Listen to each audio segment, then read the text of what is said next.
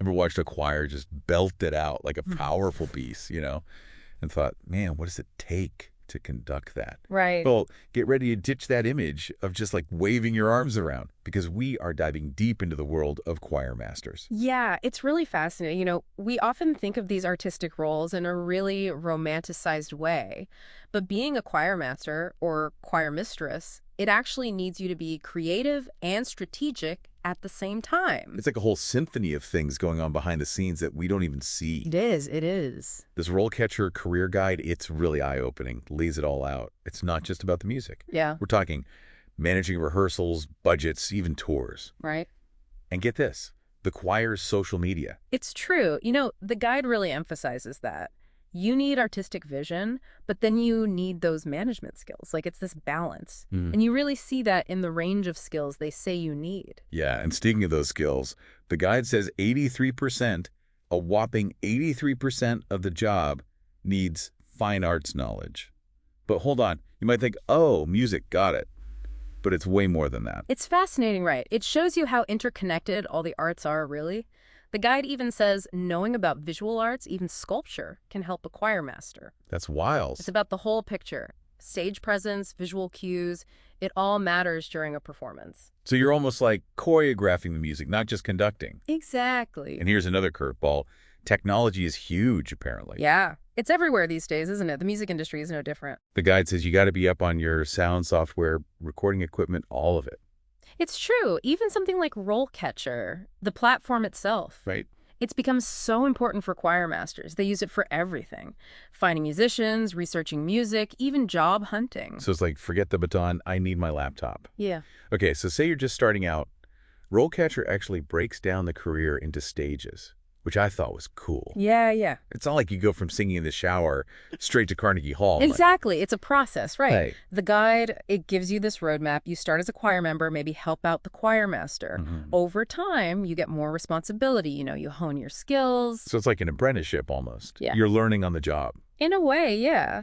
And the guide has these real profiles, real people at each level. So you see, okay, what experience do I actually need? What certifications should I get? That's really helpful. Takes the guesswork out of it.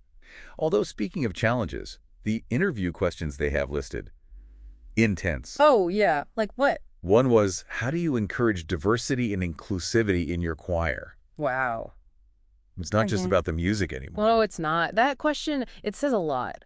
Choir masters today, they're not just musicians, they're building community. It matters who's in that choir, how they feel. You're building a team, but with harmonies. That's a good way to put it. Yeah. And it goes beyond the choir itself, right? It's about being inclusive in your community, being aware of those dynamics. So you're like a cultural ambassador almost. Yeah. Music bringing people together. Exactly. And speaking of expanding horizons, the guide talks about this too, this idea of always learning as a choir master. You don't just like learn it once and you're good, huh? No, not at all. Music changes constantly. New styles, new technology. Oh, for sure. The guide is really big on this. Choir masters, they have to be lifelong learners, always finding ways to get better. Where do you even start with that? Like, are we talking more school? It could be.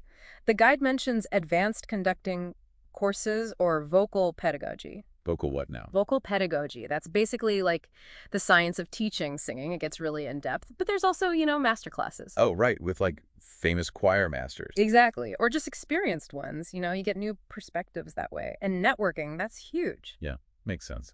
And now with online stuff, webinars and all that, learning is way easier to access. That's true. Though I bet nothing beats seeing it live. You're right. A live concert, nothing like it. You can watch how other choir masters work. Like a master class in itself. Absolutely. And speaking of different paths, the guide actually goes into the whole career path thing, you know? Yeah. I love those career stage examples, from choir member all the way up to senior choir master. Right. It shows you it's not always straightforward. No, not at all. You could specialize in like Gregorian chant or something. Or just lead a specific kind of choir. Right. Children's chorus, a professional group, so much variety. You find your niche, it's cool. It is. But before we get too ahead of ourselves, what does a choir master do, really? The RoleCatcher Guide describes it as someone who manages a musical group's performance, especially the vocal stuff. So more than just picking songs they like, which let's be real, we've all tried to do when picking music for a group. Oh, yeah. They're the ones responsible for the sound, making sure everyone blends together. Exactly. They're rehearsing, picking the right music, and then they're the ones coaching singers on their technique, too. It's very hands-on. Very. Sometimes they're even composing or arranging music, tailoring it for their choir. Wow. It's a lot, and that's just the technical stuff. Right. What about the other stuff? What makes someone great at this? Well, yeah, you need that musical knowledge, for sure, but you need to be a good leader, too. A great choir master can get their singers inspired. It's more than just hit the right note. Way more. It's like coaching, almost. You want everyone to be their best, but also work as a team. Love that comparison. Each singer's different, right? Yeah. Strengths, weaknesses. A good choir master knows that and adjusts their teaching to fit. You want people to feel good, to grow. That makes sense. Yeah. And we can't forget the organizational side. I mean, rehearsals, performances, all that takes serious planning. Huge. Schedules, budgets. So many moving parts. It's a lot to juggle. Yeah. And then on top of that, you need that creative spark, that artistic vision. It's not just hitting notes, it's how you hit them. It's got to mean something. Yes, it's about the feeling, the interpretation. A good choir master, they pick music that shows off what the choir can do.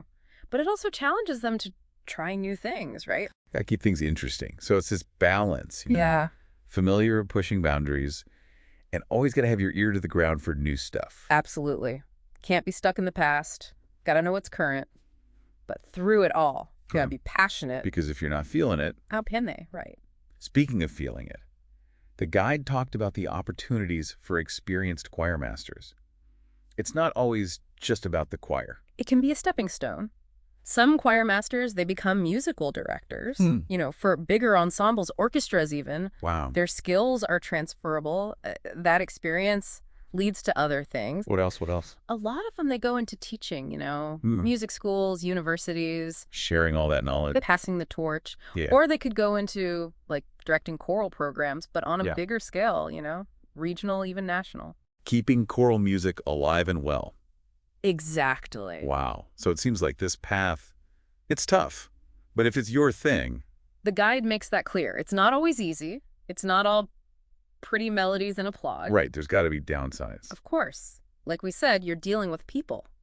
And that's never simple. It's like herding cats, but with sheet music. Right. And somehow, you got to find that common thread. Make all those different voices blend together. That's where a choir master really earns their keep. Totally. You're a leader, you're a therapist, a cheerleader, all at once. Plus, let's not forget the pressure. You spend all this time rehearsing, getting everyone on the same page, and then bam, it all comes down to that one performance. Yeah, the guide talks about that. It's high pressure, especially before a big concert or if you're competing. You've got all those individual voices relying on you. No room for stage fright. Not at all. And you're working nights, maybe traveling, constantly having to find that inspiration, both for yourself and the choir. It's a lot. Definitely not a 9-to-5 job. You gotta love it. RoleCatcher makes that clear. This is for people who are serious about choral music, who are ready to give it their all. It's more than just liking music. It's about sharing that love and creating something beautiful together. There's something about human voices, It's powerful. You connect with the audience in a different way, and that's what makes being a choir master so rewarding. When it clicks, there's nothing like it. Absolutely. And it's not just about what happens on stage. The guide talks about the impact choir masters have on their communities, which is something I never really thought about. It's easy to miss, right? But they're out there bringing people together through music. Think about it. Choirs give people a chance to express themselves, to connect with others who get it, to be a part of something bigger. So it's like social change, but through song. In a way, yeah. The guide even mentions choir masters working with, underserved communities, or keeping those cultural music traditions alive. Some even use their choirs to raise money for charity. That's amazing. Music really can make a difference. And speaking of support, the guide also talks about those professional organizations for choir masters. Right. Those are important. They're there to help with your professional development, networking, finding a mentor, all that. It's good to have people who understand what you're going through. It's like your own choir, but for choir masters. Okay, before we wrap up, I got to ask. You know how we've been talking about technology? Uh-oh, where are you going with this? Well, could AI ever replace a human choir master? They have AI for everything else. That's the question, isn't it?